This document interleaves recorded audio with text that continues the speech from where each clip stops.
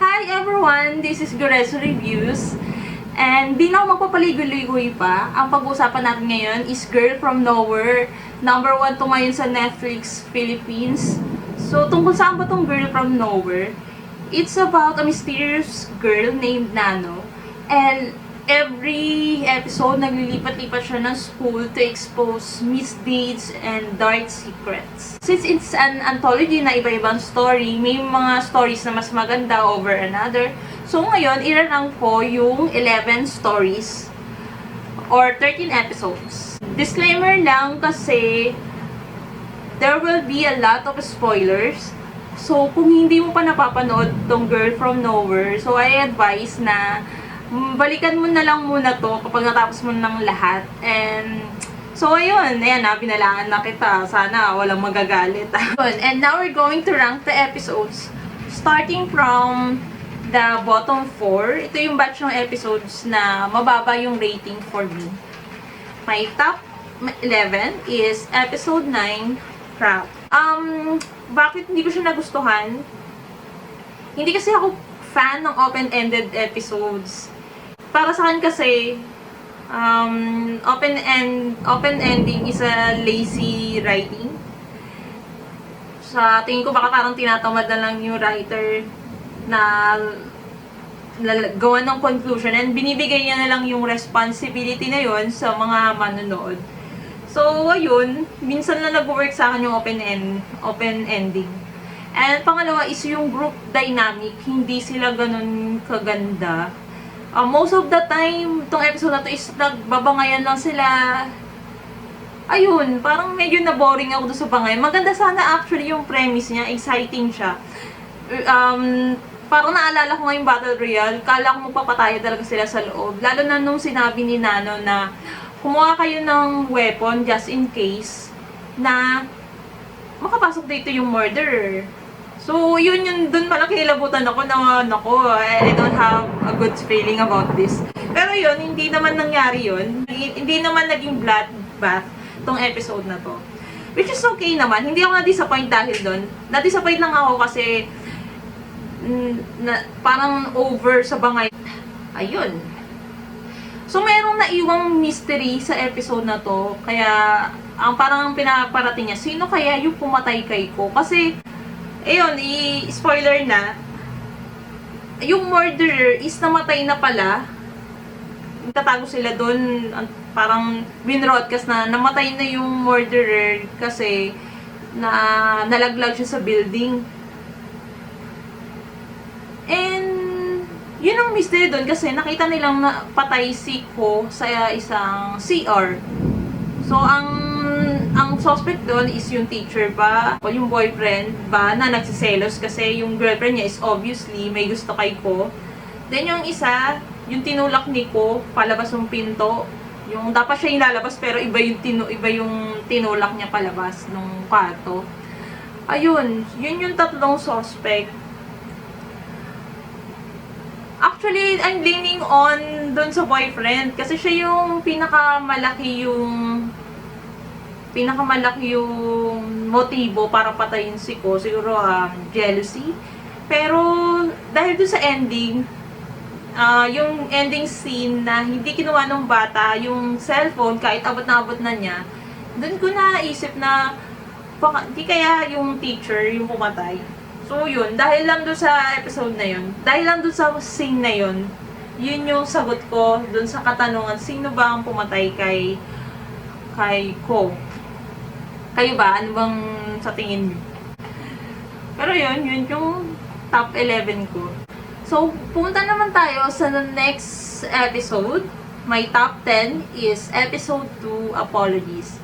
What I love about this episode is yung episode na, yung scene na sumasayaw si Nano sa pole. Napaka-iconic niya. Actually, meron na nga siyang FB page. Yung pagsayaw ni Nano, iba't ibang song. So, lahat bumabagay yung sayaw ni Nano dun. So, yun, napaka-iconic para sa akin nung episode, nung scene na yun. And gusto ko yung music na ginamit, yung habang nagsasayaw siya. Pinapakinggan ko sa YouTube. Gustong-gusto ko yun. So, kung bakit hindi ko siya gaano nagustuhan, kasi boring siya. compared to sa ibang episodes, isa siya sa mga pinaka-boring. Lalo na, siya yung sumunod sa episode 1. Episode 1, gandang-ganda ako. So, yun. In comparison, walang-wala siya sa episode 1. Then, yung sumunod na episode 3 is gandang-ganda rin ako. So, na-sandwich siya nung dalawang magandang episode. Na-weirdohan ako dito kay Nano. Although, not bad naman yun. Sa episode na to, dito mo malalaman na hindi talaga tao to si Nano. Kasi ilang beses siyang pinatay nung mga to eh. Nilibing siya ng buhay, tapos kinabukasan, nandun na naman siya sa school, pumasok na, kaya yun, gulat na gulat siya. Yun yung one reason is boring siya. Pangalawa, medyo open-ended din siya, na parang dun sa last scene, naisip ko, yun na yung ending. Yun, hindi ako satisfied dun sa ending nito. Punta naman tayo sa next episode. Ang aking top 9 is episode 10, Thank You, Teacher. Actually, maganda tong episode na to eh. Kaya lang siya nasa bottom batch is hindi ako agree dun sa kinahinatnan ni Teacher Sa totoo lang, naawa ako sa kanya. Para sa akin, biktima lang din siya nung pagkakataon. Ayun, more on naawa ako sa kanya. And parang nag-hope ako na sana tinulungan siya ni Nano. Pero, ayun, dahil napatay niya rin pala. Yun yung plot twist nung episode na to. Napatay niya pala yung anak niya. So, yung kinakausap niya yung anak niya sa earlier part ng episodes is, ano na lang pala niya yun, hallucination niya na yun. So, it turns out merong mental illness yung teacher. Tapos, dumagdag pa yun yung pressure na yung humiliation na pinagpalit siya ng asawa niya sa isang student. Tapos yung mga yung nakikita pa niya yung admin ng school na mas kinakampihan yung isang teacher. Tapos yung mga teacher na yun, hindi naman talaga nagtuturo. Para sa akin, gusto lang din naman niya ma-reform yung school. And sa tingin ko kasi may mental illness siya. Mentally unstable na siya. Lalo pa siyang na-push sa limit. Pero may word si Nano dun sa bandang huli, bago magpakamatay yung teacher. After niya pagbabarilin, pag-ratratin lahat ng mga estudyante and teachers. May sinabi kasi si Nano dun na, you think you were right, but in fact, you are selfish. And na-realize ko, baka naman yung mga nakikitang mali nitong ni Teacher is part na lang ng hallucination niya. Kasi 'di ba kung mapapansin nyo, may mga scene siya na yung mga observation niya medyo distorted yung scenes na yon. So, di kaya sa isip niya lang yung defective educational system, iniisip niya siya yung tama and everyone is mali. Baka. Kasi kung gano'n, hindi ako maawa kay Teacher kasi hallucination lang pala. Now we're down to the top 8. Ang top 8 ko ay episode 4, Haiso. Actually, maganda yung premise nung episode na to. Medyo mix yung opinion ko sa episode na to kasi exciting naman siya and thrilling. Medyo siguro off lang sa akin yung acting ng most of the actors. Parang hindi effective sa akin, ganun. Tapos, may mga parts din na naboringan ako.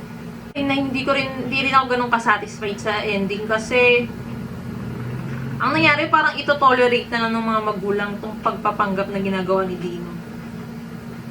Ayun, yun yung lumabas na interpretation ko dun sa ending. Siguro dahil kumita rin naman sila dun sa stunt na yun ni Dino. Yung 200,000 na binayad ni Dino kay Nano is nabawi din kasi 350,000 yata yung binayad ng mga estudyante para lang pagtakpan yung pambubugbog nila. Ayun, buti na lang hindi napatay kasi akala ko namatay yung mga magulang eh. Mabuti naman hindi kasi talagang nakakainis na talaga si Dino pag nagkataon. So yun, siya ang top 8. Episode 4. And now, we're on our top 7. So dito na magsisimula yung mga episodes na for me, magaganda. Kumbaga sa rating is 4 out of 5 stars. More than 4 out of 5 stars. My top 7 is episode 11, The Rank. Now, nakakatuwa yung episode na to kasi it pokes fun sa beauty-obsessed society na meron tayo ngayon. Alala ko kasi dito yung sa Black Mirror episode na Nose Drive. May yung tone niya na yung tone ng episode na to, pati yung ranking system, para sa akin, natuwa ako sa episode na to nang dahil doon. Tapos, may pagka-comedy siya. Parang a breath of fresh air dun sa dark and moody episodes ng Girl From Nowhere. Para sa akin yung ending, napaka-satisfying. Kasi yung ang plot twist nito, yung si girl, may isang girl si Chompu. Chompu yung pangalan. Mataba siya, dark skin, mataba, parang may stutter pa nga sa pagsasalita.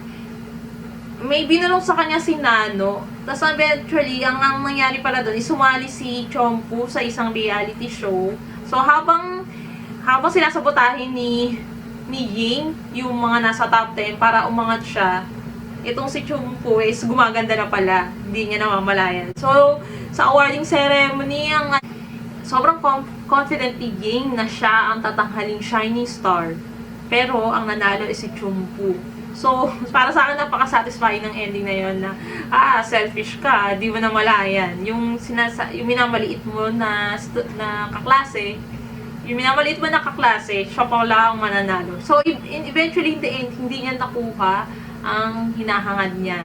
So, yun ang nagustuhan ko sa episode na to na it reminds me of Black Mirror, light-hearted ang execution niya, may pagka-comedy, and satisfying yung ending. And now, we're down to the top 6 of our list, and that's episode 5, Social Love. So, tungkol ito kay Hanno. Ito, ang creepy ng episode na to. Ang nagustuhan ko sa episode na to, kasi napaka-relevant nung nung tinatakal niya na issue, which is yung cancel culture of this generation. Sa social media, may makot lang na mali, suhusgahan ka na agad na hindi pa nila nalalaman kung ano pa talaga yung totoo. Tapos pag di ka nagustuhan ng publiko, cancel ka, mababash ka. Di lang yun, ka pa. May mga life-threatening messages ka pa matatanggap. So, yun yung cancel culture. And na-demonstrate ng episode na to yung ganong sadly, rampant siya ngayon. Yung ganitong issue. And it also demonstrates how number of likes defines a person's happiness.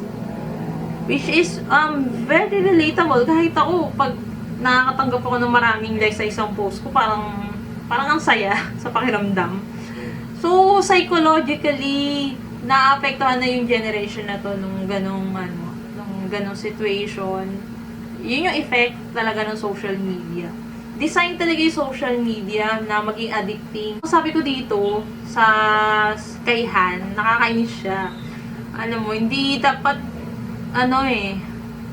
i-break na siya ng girlfriend. Kaso nga lang ito si girlfriend, nagulat ako kasi there are many times na akala ko makikipag-break na yung girlfriend. Kasi sobra na, na-hurt na siya. Tapos parang patuloy pa rin si Han.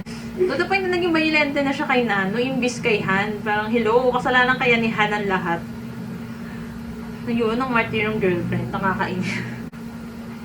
Para sa akin, good yung ending, pero not as satisfying. Ending is, magiging bantayan na lang ni Han itong version ni Nano na gulay na. So, parang na-stuck na siya with Nano. Pero kung in reality, pag humupa na yung fans club, since it always, yun naman talaga nangyayari, mahuhupa yung fans club pag nawala na. Makaka-move on siya sa buhay niya as, makaka-move on naman siya sa buhay niya, iiwan niya tong lantang gulay na sinano. Mawala lang yung fans club. Mawala lang yung hotness nung, nung love team nila. Makaka-move on na siya sa buhay niya. And hindi nakapaghiwalay yung girlfriend. Yun talaga. Pero ang ganda ng episode na to, nakakatuwa. My top 5 pick is episode 3, Trophy. Ang nagustuhan ko to sa episode na to, tinatalakay niya yung problem ng plagiarism. Kasi 'di ba sa panahon ngayon, napakadaling kumuha ng gawa ng iba, tapos salpakan lang ng watermark, sa'yo na. Ngayon, si Nano, pumunta siya sa school na kilala sa pag-house ng mga student na genius or excellent sa isang field. So, meron dun Hall of Fame. Then, ang frame niya dito is yung student na nagngangalang Mew ng mga genius student. Ngayon, parang lang siya, invisible siya. She feels like an idiot dun sa school na yun. Isa pa nagustuhan ko dito yung pinakita niya rin yung crowd mentality. Kasi 'di ba, naunang maging genius yung kaibigan or yung childhood friend ni Mew. Tapos dahil lang doon, in-unfriend niya na si Mew. In-unfriend niya na yung childhood friend niya. So para sa akin, napaka-realistic tong ganung situation kasi 'di ba, minsan yung magbababa pa sa'yo is yung kakilala mo pa. Ngayon, sa ending, maraming nagsasabi na hindi sila satisfied sa ending. Kasi, ang nangyari, di ba, parang pinagtanggol lang siya ng principal sa huli na in-expose na nga siya dun sa pangungopia niya. Tapos, yung drawing niya hindi naman kamukha nung kiniklaim niya na work niya. Pero pinagtanggol siya ng school. Tapos talagang pinus pa siya na, di ba? We have an artist. Sila yung nanggagaya. Hindi tayo ang original. So maraming nainis do sa na yun, sa ending na yun. Kasi parang nakalusot pa itong si Mew. Pero para sa akin, ang interpretation ko dun, since nanindigan sa kanya school, mananatili pa rin yung life na puno ng anxiety, pressure, and paranoia. Kailangan niya pa rin ipagpatuloy yung ganung buhay. Unlike kung sabihin natin na expose siya, tinanggap na niya yun, eventually, magiging malaya siya eh. Diba? Pero hindi, dito, lalo pa siyang nadiin. And sa tingin ko, yun yung life na, that life is a nightmare. So, magpapatuloy yung ganung buhay para kay Mew. So, yun ang masasabi ko sa episode 3. Para sa akin, isa siya sa mga gandang episode. And satisfied ako sa ending niya. And now, we're down to our top 4. So, ano kaya ang top 4 ko? Para sa akin, it's episode 1, The Ugly Truth. Sensitive, very sensitive yung topic ng episode 1, which is about sexual predator in school and sex education. So, napaka-sensitive topic, pero they never played it safe. Tuwang-tuwa ako kay Nano dito nung pumunta siya sa bahay ni Mr. B. Tapos kung ano-ano pinagsasabi niya dun sa family habang nag-dinner sila. Kita-kita mo yung tingin ni, yung tingin ni Mr. Bean kay Nano. Tapos yung kung paano rin siya tingnan ni Nano na parang, I've got the upper hand. Ako yung biniktima mo Kala mo ako yung biktima dito Lagot ka sa akin. Ang ganda talaga ng plot ng paghihiganti niya. Si Mr. Win, deserve niya lahat. Pero yung anak niya, yun, nakakaawa. Pinakita rin dito sa episode na to kung paano hindi ka open yung society sa idea ng proper sex education. Parang doon pa lang sa opening scene na pinopropose nung school, nung isang teacher na magkaroon tayo ng ganitong program na parang magpapamigay ata or magkakaroon ng mga pamimigay ng condom, ganun. Shinan agad yung ganung idea. Kasi parang, purest school nga tayo eh. Tapos, na ano pa yun, nasasante pa rin pala yung teacher na yun. Pero, higit sa lahat, ang pinaka-nagustuhan ko talaga sa episode 1 is yung ending, napaka-satisfying. Yung justice na bigay dito. Nasa custody na ng police si Mr. Win.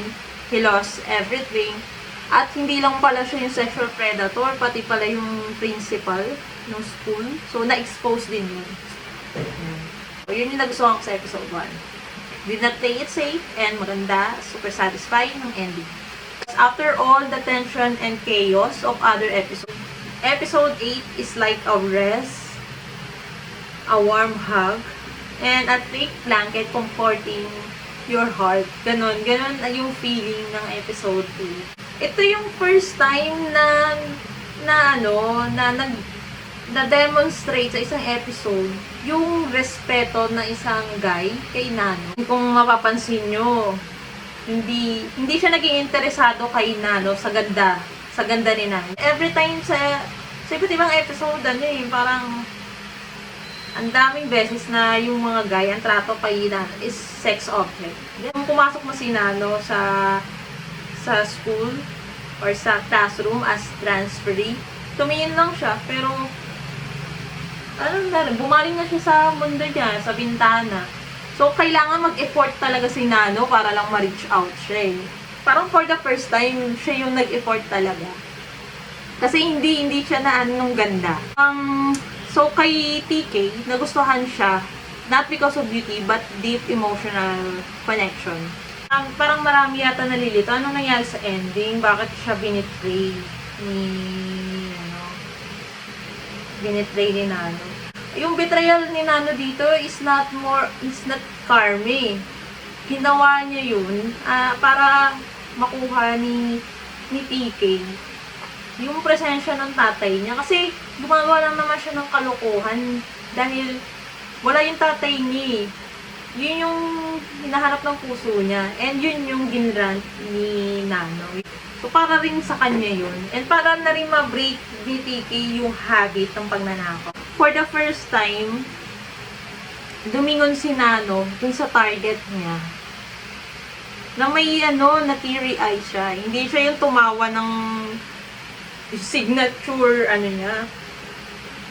Yung devilish laugh niya na gano'n. Hindi niya ginawa dito yon. Tsaka, makikita mo talaga na masakit rin sa kanya na iwan si TK. Pero hindi kasi siya pwedeng magkaroon ng ganong relationship kay TK. Dahil hindi siya tao talaga eh. So, we're down to our top 2. So, dalawa na lang. Ang top 2 ko is Wonderwall. Episode 6 and 7 siya. Ito na yung may dalawang part. So, ang lesson dito is with great power comes great chaos. Parang pinapakita na ito na hindi mo talaga pwedeng bigyan ng power ang isang tao eh. Kasi maaabuso. Yun ang instinct is maaabuso talaga yung power.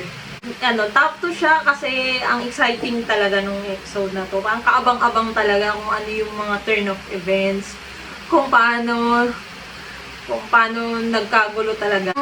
Kaya lang siya kasi top 2 for me. Kasi para sa akin, yung level nung evil kasi ni Pam is hindi naman ganong kataas para maging deserving siya nung ending.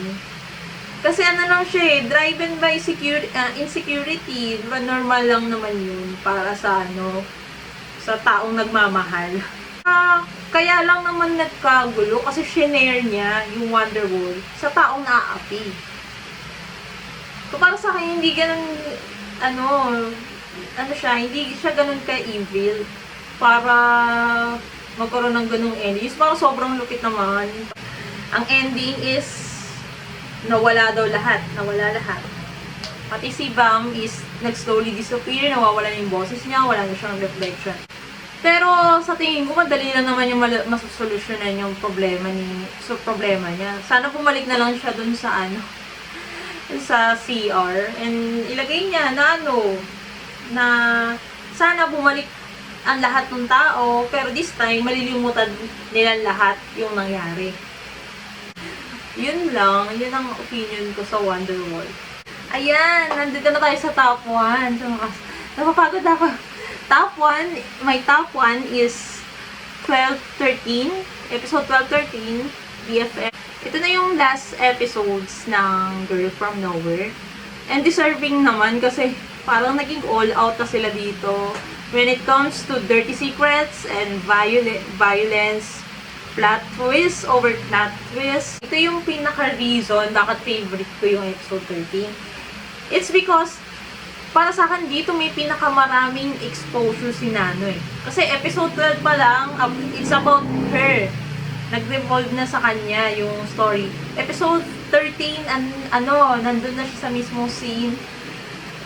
Siya yung mastermind of everything. Ang dami niyang dialogue. Ayun. Dito ako napahanga ni Nano sa acting prowess niya. Magaling na actress talaga siya. Yung isipin mo, ang creepy talaga ni Nano, pero ang galing niya, ang badass niya, ang ganda niya. Ganun. Yun yung nagustuhan ko talaga sa episode 12 dahil ang dami niyang Nano badass moments. And yun lang, sadly, yun na yung last episode. And hanggang ngayon, wala pa rin tayong balita sa season 2. Sana nga magkaroon kasi 2018 pa pala ang Girl From Nowhere. I will rate Girl From Nowhere 4.5 out of 5. Nagustuhan ko ang series na to kasi it's not only entertaining, it's not only thrilling, but it deals with different relevant society issues. Isa rin sa mga nagustuhan ko is yung style ni Nano sa pag-test ng mga target niya. May cycle siya eh.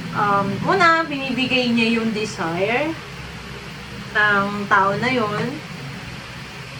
Tapos, titingnan niya, aabusin ba nito? Which is, inaabuso nga. Tapos, binibigyan niya ng way out. Actually, tinatanong nga niya eh. May times nga na tinatanong niya na, sure ka ba pagpapatuloy mo to? Kasi, kung hindi, may consequence. Ang nangyayari lang is, laging fail. For example, yung sa Ugly Truth, tinanong niya yung teacher, sigurado ka ba? Di ba may asawa at anak ka? O di ba? Parang dun pa lang tinanong na niya, bigyan niya na ng chance itong si Mr. Bean na mag-change of hearts. Sa social love, ilang beses niya parang naging piste nga siya kay Honey, yung pagiging clingy niya. Parang sinadya niya yun.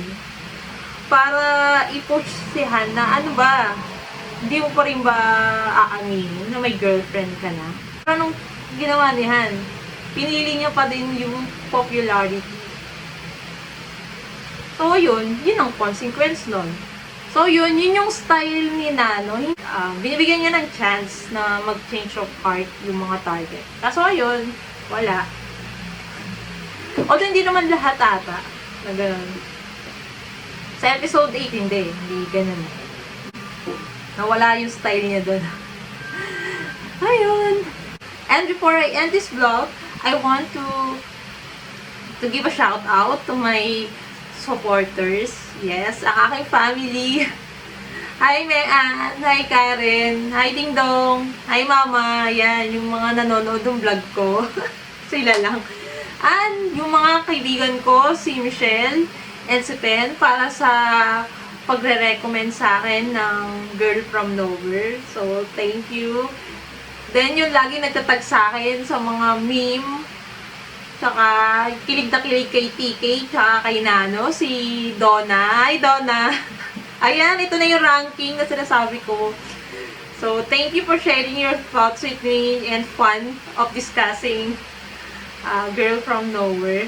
Hopefully, I will have more time to do more reviews for series, TV, because yun naman talaga yung gusto ko for this YouTube channel. So, I hope you support me and please subscribe. Thank you very much and see you again next time. Paalam sa ulitin.